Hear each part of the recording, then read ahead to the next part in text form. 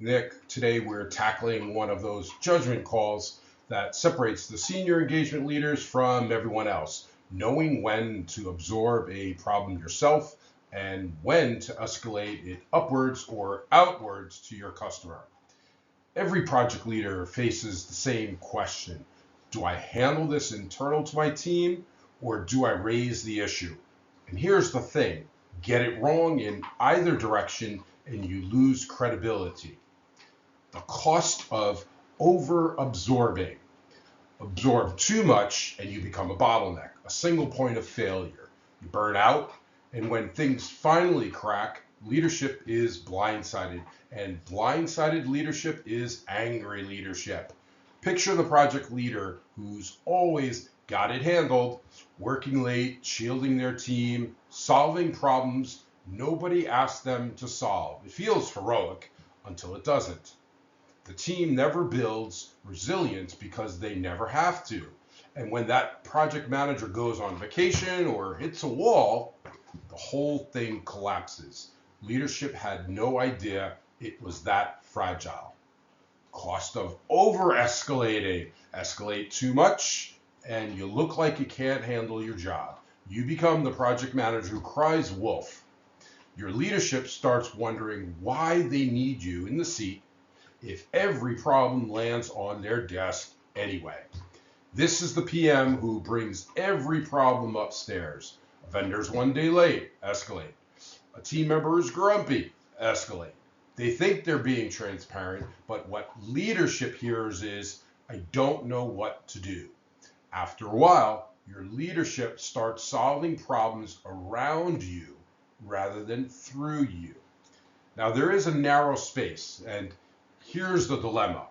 The senior engagement manager lives in that narrow space between these two failure modes, these two extremes.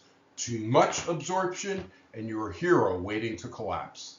Too much escalation and you're noise. Either way, you erode the trust you've built. So how do you know which way to go? When you feel that moment, something's off, something needs attention. What's the filter?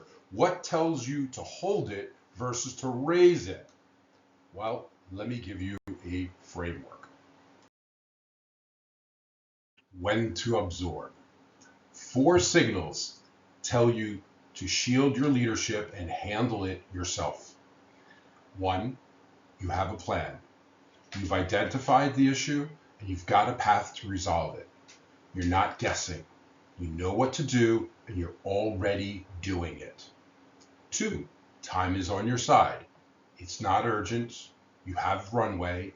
If your approach doesn't work, you still have time to escalate before it impacts the critical path.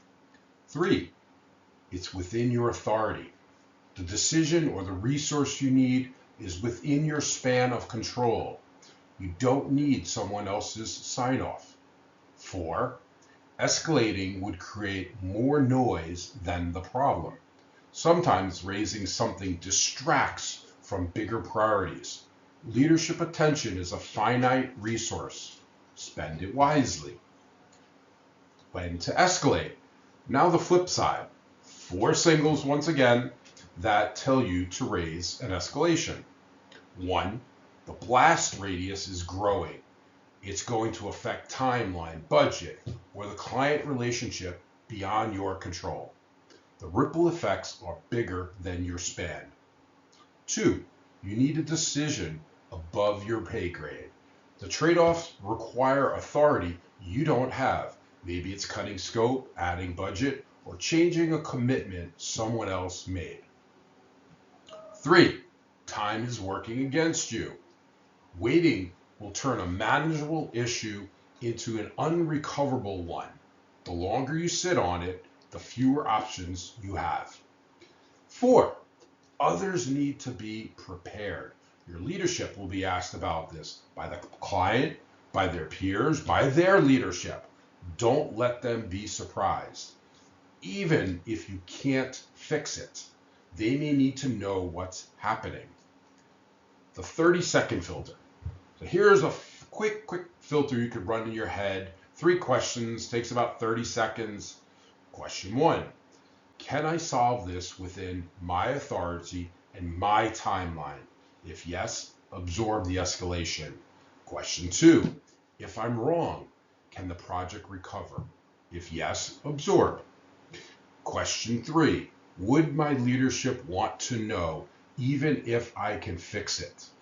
Sometimes you can handle it, but your leader would still want visibility.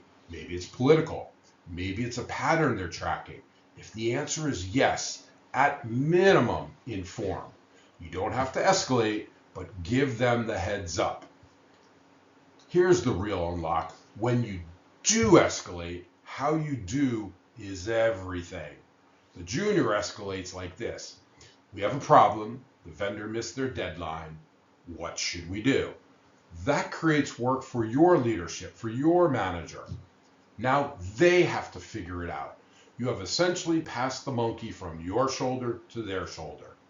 Passed problem resolution onto your manager's shoulders. The senior PM escalates like this. The vendor missed their milestone by 5 days. I've assessed the downstream impact. It puts our UAT window at risk. My recommendation is to compress the next sprint by removing feature B from scope. I need your sign off on that trade-off. You see the difference? One creates a problem, the other creates a decision. You've done the thinking, you've assessed the options, you just need their authority or their cover. That's how you escalate and gain credibility instead of losing it. So here's your move for the week. Think of something you're currently absorbing, something you've been carrying it. Run it through those questions, and if it needs to be escalated, bring the recommendation, but don't just bring the problem, bring the solution. The goal isn't to escalate less or more, it's to escalate right. That's the art. That's your 9 minutes. I'll see you next time. Thank you.